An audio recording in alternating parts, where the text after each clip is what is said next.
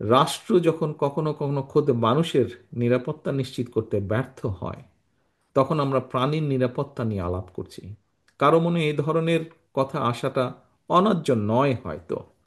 তবে আমাদের বোধহয় এটাও জেনে রাখা প্রয়োজন, নানা ক্ষেত্রে আমাদের সীমাবদ্ধতা কিংবা দৃশ্যত ব্যর্থতা ব্যর্থতা দৃশ্যমান থাকলেও সকল শুভ উদ্যোগকে আমাদের প্রতিদিনের চর্চায় এবং আলোচনায় রাখা দরকার।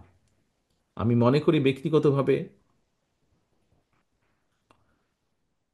আমি মনে করি আমি মনে করি গণতন্ত্রের সঙ্গে মানুষের অধিকারের সম্পর্কটা যেমন, বাস্তুতন্ত্রের সঙ্গে পশু পাখি এবং বন্য প্রাণীর অধিকারের সম্পর্কটা তেমন।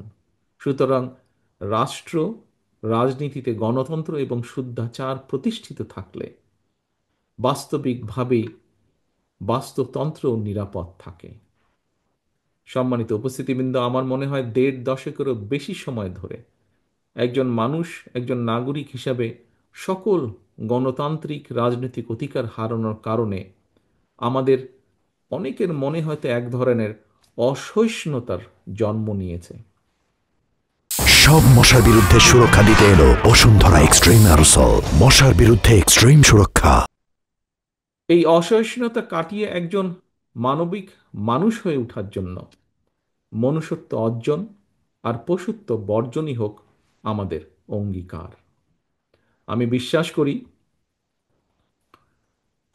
আমি বিশ্বাস করি মানুষ হিসাবে আমরা রাষ্ট্র এবং সমাজে নিজেদের অধিকার নিশ্চিত করতে পারলে অন্য সকল প্রাণীর অধিকার সংরক্ষণের ব্যাপারেও আমরা আরও সতর্ক এবং যত্নবান থাকব। সেই বিবেচনা থেকেই দেশের রাজনৈতিক ডামাডোলের বাইরে এসে পশু প্রাণী